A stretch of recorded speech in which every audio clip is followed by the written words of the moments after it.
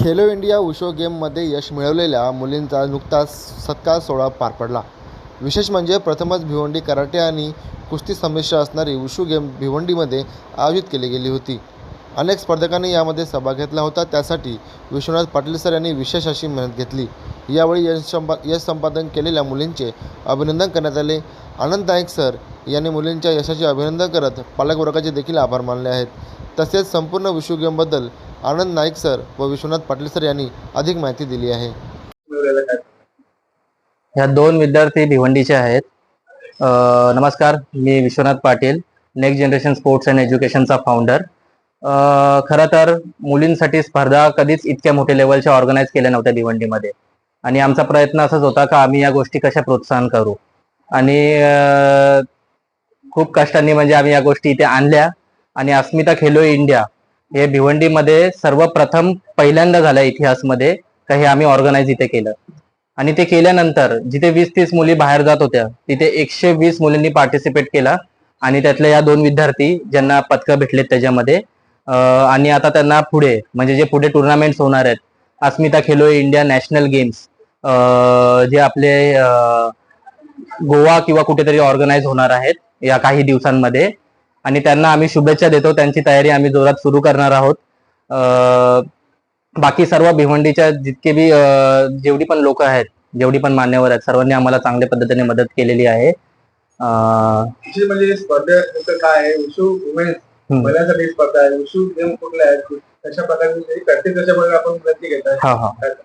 Wushu एक marshal art game आहे, mix marshal art बोलू शकतो आपण, आणि खरं तर आपण डिफेन्स साठी यूज केला जातो. ऍक्च्युली मुलींना खूप या गोष्टीचा फायदा होणार आहे, कारण की डिफेन्स हे सर्वोत्तम आपण ज्याला उच्च दर्जाला आपण मानतो, या गोष्टी घडल्या पाहिजेत, मुलींमध्ये आलं पाहिजे. आणि सेकंड म्हणजे फ्लेक्झिबिलिटी, स्ट्रेचिंग, जे आपण फिजिकल फिटनेस बोलतो आपण, सर्व गोष्टी हे सर्व याच्यामध्ये येतात. 2 मिनिटाचा गेम असतो पण त्याच्यामध्ये इतका फिटनेस लागतो का, कार्डिओव्हॅस्क्युलर फिटनेस आपण बोलतो, त्याच्यामध्ये ते सर्व याच्यामध्ये उपयोग होतो. दुसरा सर, नेमकं आता जी स्पर्धा पार पडली मुले जे सिलेक्ट झाले त्या स्पर्धा कुठे पार पडल्या आणि किती पार्टिसिपेट त्यांनी केलं, मुलींनी केलं होतं, आणि काय प्रतिसाद तुम्हाला मिळाला? प्रतिसाद तर आम्हाला चांगला भेटला. प्रथम तर आम्हाला कुठेही ऑर्गनाईज करायचा संधी भेटली होती, म्हणजे आम्ही कुठला ओपन ग्राउंड यूज केला असता सर्व ठिकाणी, किंवा इंडोर हॉल्स यूज केले असते. पण स्कूल निवडण्याचं कारण मुलांचं आकर्षण, आणि आम्ही स्कॉलर स्कूलमध्ये या गोष्टी ऑर्गनाईज केल्या, आणि 120 मुलींनी तिथे पार्टिसिपेट केल्या भिवंडीत. काय शुभेच्छा असेल आणि काय मुलींना आव्हान असेल, ज्या प्रकारे या अशा खेळाचं आयोजन आपण करताय, या खेळाचा भविष्यामध्ये खूप फायदा होणार आहे मुलींना, तर मुलींना आपण काय आव्हान कराल या खेळाचं? आव्हान त्यांच्यासाठी हेच आहे का सोपं नसणार आहे पुढची स्पर्धा. त्यांना स्वतःच्या हिमतीवरती या गोष्टी सिद्ध करायच्या आहेत. आमची त्यांना खूप सपोर्ट असणार आहे, मदत असणार आहे, जितका पण बॅक सपोर्ट असतो. पण बोलतात ना आपण का एक प्लेअर तोच त्याचा सर्व घडवू शकतो, आणि कोचेसचा आमचा काम आहे. जसे आमचे कोच चंदन सर, ज्यांनी या गोष्टी इथे वाढवलेल्या आहेत, या गोष्टी इथे आणलेल्या आहेत. खरं तर बघायला गेलं भिवंडीमध्ये ही प्रथमच गेम झाली. कराटे आणि कुस्ती असं दोन्हीचं संमिश्र असलेली ही वुशू गेम आहे, आणि पाटील सरांचं खूप मोठं योगदान आहे. एवढी मोठी प्रमाणात टुर्नामेंट शासनाची आपल्या भिवंडीमध्ये प्रथमच झालेली आहे, आणि त्याच्यामध्ये आपल्या स्कॉलर्सच्या ह्या दोन्ही एकूण 3 मुलं सिलेक्ट झालेले आहेत, जी नॅशनलसाठी स्टेट वरून पुढे सिलेक्शन त्यांचं झालेलं आहे. तर खरं सांगायचं म्हणजे मुलींनी आताच्या युगामध्ये अशा प्रकारचं टफ लाईफ जगलंच पाहिजे. एक शिक्षक म्हणून मी सांगतो की आपली मुलं जरी एज्युकेशन जर वीक असतील, स्पोर्ट्समध्ये जर ते बेटर असतील, तर पॅरेंट्सनी त्यांना स्पोर्ट्सकडे नेलं पाहिजे मुलामध्ये. आणि त्या मुलांकडून आपल्याला चंदन सर झाले, पाटील सर झाले, अतिशय उत्तम पद्धतीने हे प्रशिक्षण देत आहेत, जीवाचं रान करतायत. आणि पॅरेंट्सचं मी खरं म्हणजे अभिनंदन करतो.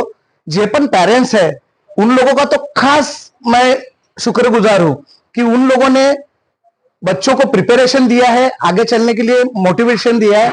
सगळ्यात चांगली गोष्ट ही आहे की मुलींनी आणि पहिल्यांदा शासनाची अस्मिता ही योजना स्पोर्ट्ससाठी आपल्या भिवंडीमध्ये झाली, आणि सरांच्या मार्गदर्शनातून ती पुढे गेली, आणि स्कॉलर सारख्या शाळेतून 3 मुलांचं सिलेक्शन नॅशनलला झालं.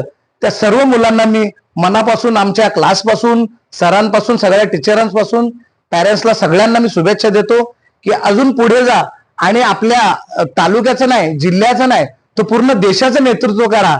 अशा प्रकारच्या माझ्या शुभेच्छा आहेत मुलांना. मॅडम काय सांगाल या स्पर्धेबद्दल? या स्पर्धा मुलींसाठी कशा प्रकारे फायदेशीर आहे आणि या स्पर्धेची जी स्पर्धा पार पडली त्याच्याबद्दल माहिती. भिवंडीमध्ये फर्स्ट टाइम अस्मिता खेलो इंडिया झालंय आणि मुलींची स्पर्धा धरण्याचं खास कारण हेच आहे आमच्यासाठी का त्यांना त्यांची फिजिकल नाही तर मेंटल हेल्थ पण सुधारली पाहिजे. फिजिकल हेल्थ सोबत मेंटल हेल्थ पण आजकालच्या जगात फार इम्पॉर्टंट आहे आणि त्याच आमचा प्रयत्नही असेल यापुढे. तर माझ्या हे जे भिवंडीतून फर्स्ट टाइम जे सिलेक्ट झालेत नॅशनल साठी 3 मुली, त्यांना मी शुभेच्छा देते.